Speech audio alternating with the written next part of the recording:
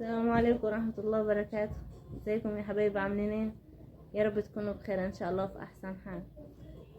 عملت الأوضة دي انا معاكم، وصلت المواعين، وحبيت بس اقول لكم كل سنة وانتم طيبين، وان شاء الله رمضان يجي علينا وعليكم ان شاء الله بالخير ان شاء الله. وانت طيبة يا ستة. يلا، والسلام عليكم ورحمة الله وبركاته.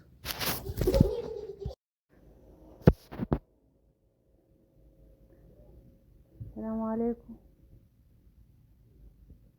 معلش في المقدمة كنت تعبانة وكده يعني، في أول الفيديو سجلت المقطع دوت، بس كنت تعبانة شوية. هنا طبعا دخلنا المواعين زي ما قلت لكم، نغسل المواعين وبعد كده ندخل على تعال تعال برا.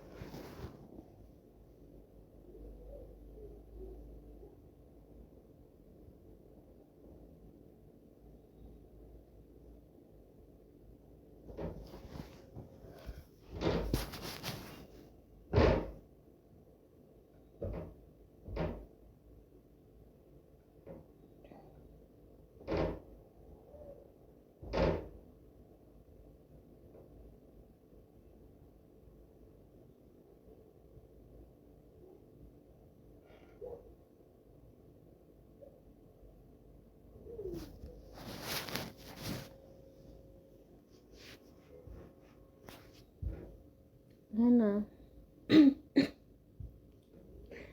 في في المطبخ كانت اللمبة اتحرقت يعني، فحطيت الكشاف اغسل على المواعين يعني. بس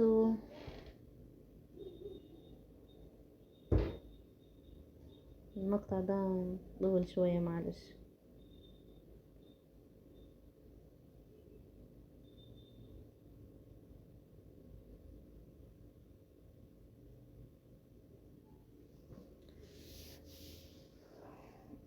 فالإضاءة كانت مش حلوة يعني.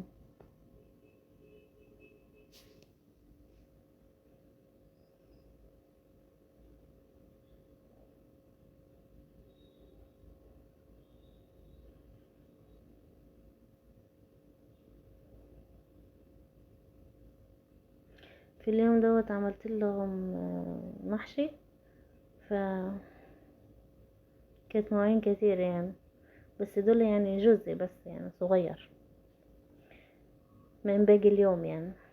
احنا كده في بداية اليوم المواعين دي كلها.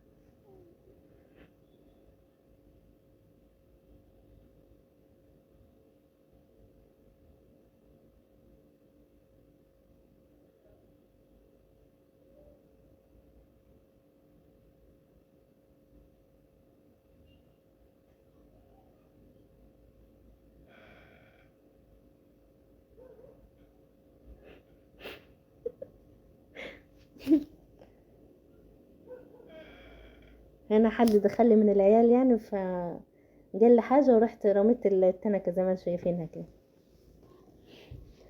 بس باقي الحلة دي هسيبها تتنجع شوية كده، هغسلها في الاخر يعني مع البوتاجاز.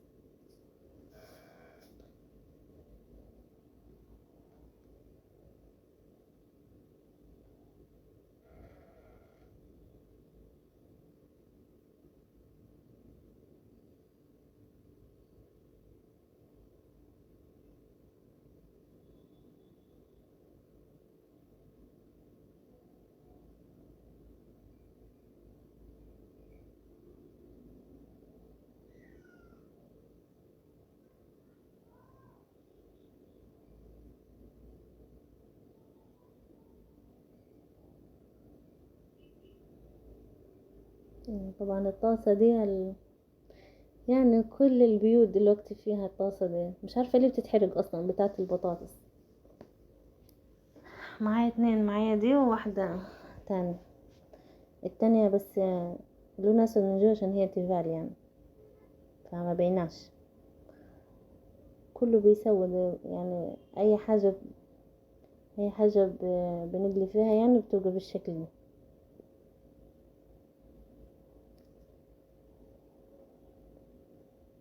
سبحان الله كل البيوت معهم نفس الطاسة ده، يعني لازم تكون محروقة يعني. عملتها قبل كده بخلطة بس رجعت تاني، فقلت على ايه خليها مادام هي نظيفة من جوا كفاية يعني. وريتها لكم اهو.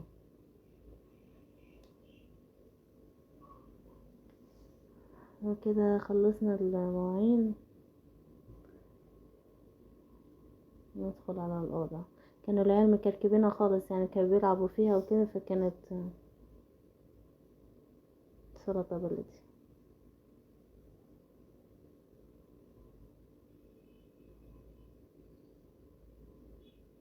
دي كانت مكانها الكولومب طبعا، فقلت اسيبها يعني. بس خلصت المواعين كده دخلنا على الأوضة. بعد ما عملت المواعين رحنا وديت البيت الدرس وكده، وجيت حتى بالهدوم اللي انا وديتها بيها، فدخلت على الأوضة دي.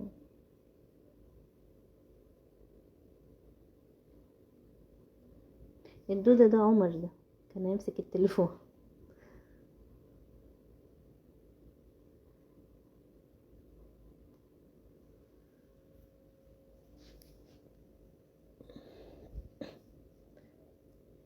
صراحة انا التليفون ما بعرفش يعني يعني اظبط الكاميرا كويس.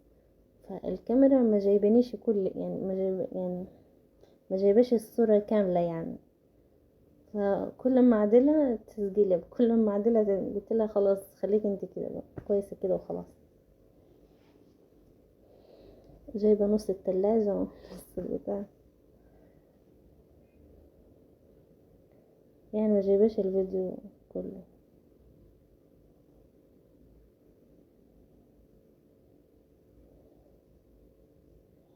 دي الكتب بتاعت الترم الاول بتاعت العيال.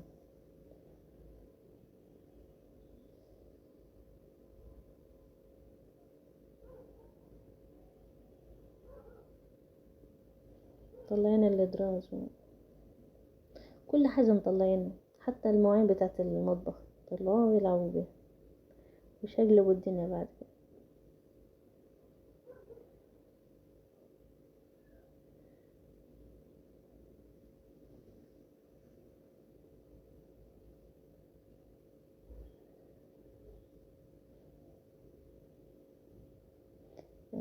اشتريت 3 فرخات. انا هوريكم الكرتونة يعني بعد ما اخلص الاوضة، فبوريكم البلكونة يعني. هنا بنفض الشباك، برضو الكاميرا مش مظبوطة. فجبت 3 فرخات حطاهم في البلكونة، بس حطاهم في كرتونة يعني. انا من النوع اللي انا بحب يعني اسعي يعني الطيور وكده. فطبعا عشان دي شقة ومحدودة يعني، فحطيتهم في البلكونة.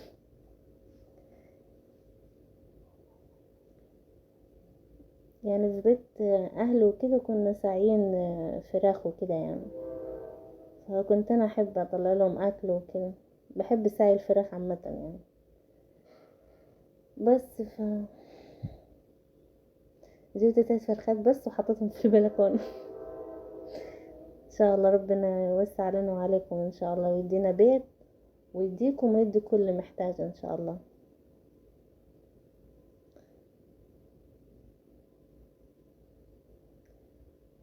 هي الشقق دي يعني بتكون محدوده يعني، ما فيهاش السطح، ما فيهاش كلام.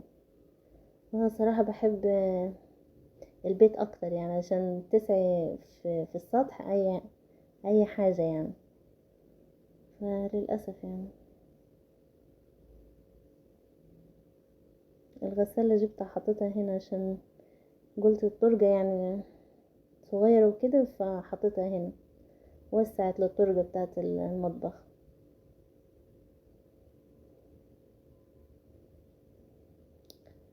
يلا ربنا يدينا ويديكم ان شاء الله الوسع.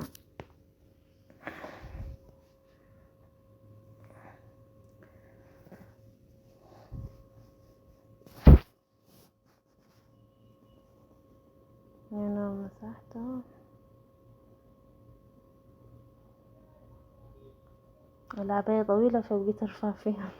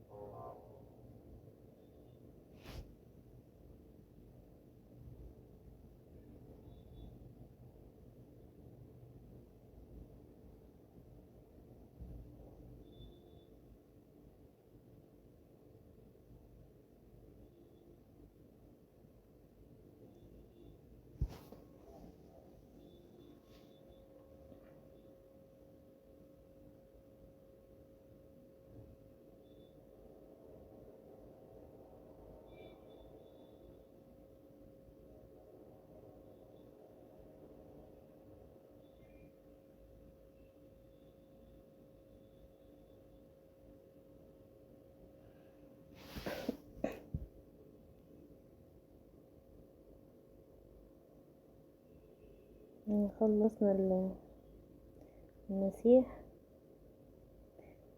اهي الكرتونة اللي هناك ده. نوريكم الشارع وكده خلصنا الفيديو.